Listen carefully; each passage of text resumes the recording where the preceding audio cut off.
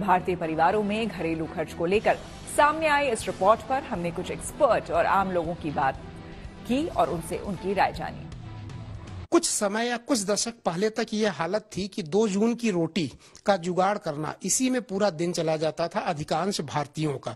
तो उस वक्त या उस दौर में खाना पीना जो होता था एक बड़ा महत्वपूर्ण चीज होता था। इवन सोसाइटी में स्टेटस सिंबल भी माना जाता था कि जिनके यहाँ घी, दूध और ये सारी अच्छी खाने की चीजें हैं उनको बहुत सुखी माना जाता था। अब धीरे धीरे क्या हुआ कि जैसे जैसे इनकम बढ़ी, इनकम कैसे बढ़ी ये एक अलग विषय है, लेकिन जैसे जैसे इनकम बढ़ी तो इसका मतलब ये नहीं हुआ जो रिपोर्ट ने बोला है कि आदमी अब कपड़े, कंज्यूमर इलेक्ट्रॉनिक, फैशन की चीजों पे ज्यादा खर्च कर रहा है।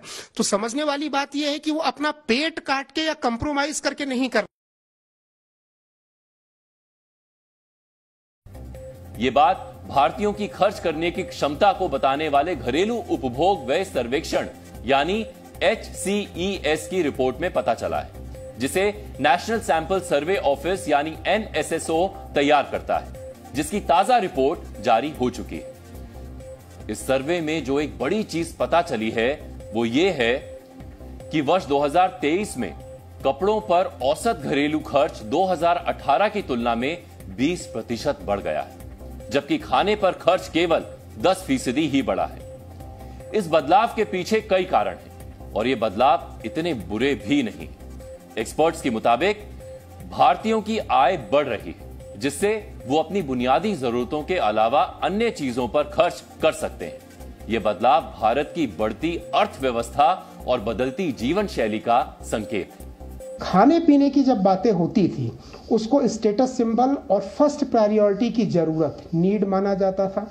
जब वो जरूरत पूरी हो गई, यानी मास्लोज हायरार्की ऑफ नीड अगर हम देखेंगे तो एक जरूरत, एक नीड, वांट और डिमांड, 3 अलग अलग चीजें होती हैं। एक नीड जैसे ही पूरी होती है, आपको सेटिस्फैक्शन मिलता है, वो आपकी वांट में ट्रांसफॉर्म हो जाती है और वो वांट कंज्यूमर की जब फुलफिल होती है, सेटिस्फैक्शन के लेवल पे पहुंचा तो वो डिमांड में ट्रांसफॉर्म हो जाती है।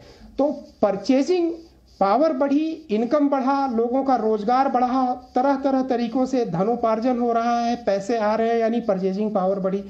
परचेजिंग पावर जब बढ़ी तो जो बेसिक नीड है खाना पीना, जो कि शरीर की जरूरतों को पूरा करता था और समाज में एक स्टेटस सिंबल भी होता था, वो वांट में क्रिएट हुई।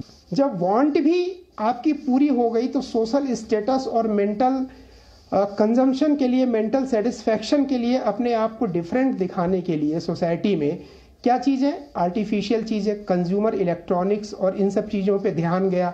तो यहाँ पे जो प्रोडक्ट या सर्विस या गुड्स होता है, जैसे खाना हो गया, रोटियाँ हो गई, ये सारी चीज़ें, उनकी जो लुक्रेटिव वैल्यू होती है, अट्रैक्टिव वैल्यू होती है, वो एक बहुत नॉर्मलाइज हो जाती है, नॉर्मल हो जाती है, कॉमन हो जाती है। तो अब अट्रैक्शन किन चीज़ों का बढ़ता है? जो आपके पास नहीं है या कम अवेलेबल है, तो वो है इलेक्ट्रॉनिक गजट की चीज़ें। तो ये 2 फैक्टर ऐसे हैं जो पहले क्यूज क्रिएट हुआ उनके दिमाग में, फिर वो ट्रिगर में कन्वर्ट हुए और ट्रिगर में कन्वर्ट होने के बाद आज लोगों को लगने लगा है कि टीवी और फ्रिज और एसी वगैरह अब ये लग्जरी नहीं है, ये लग्जरी से घट करके इनका एक तरीके से डिग्रेडेशन हो गया है। ये सामान्य जीवन के आवश्यक उपयोग करने वाली उपभोक्ता की चीज़ें हैं और हर उपभोक्ता या कंज्यूमर ये सोचता है कि उनके घर में आज टीवी और फ्रिज होना चाहिए।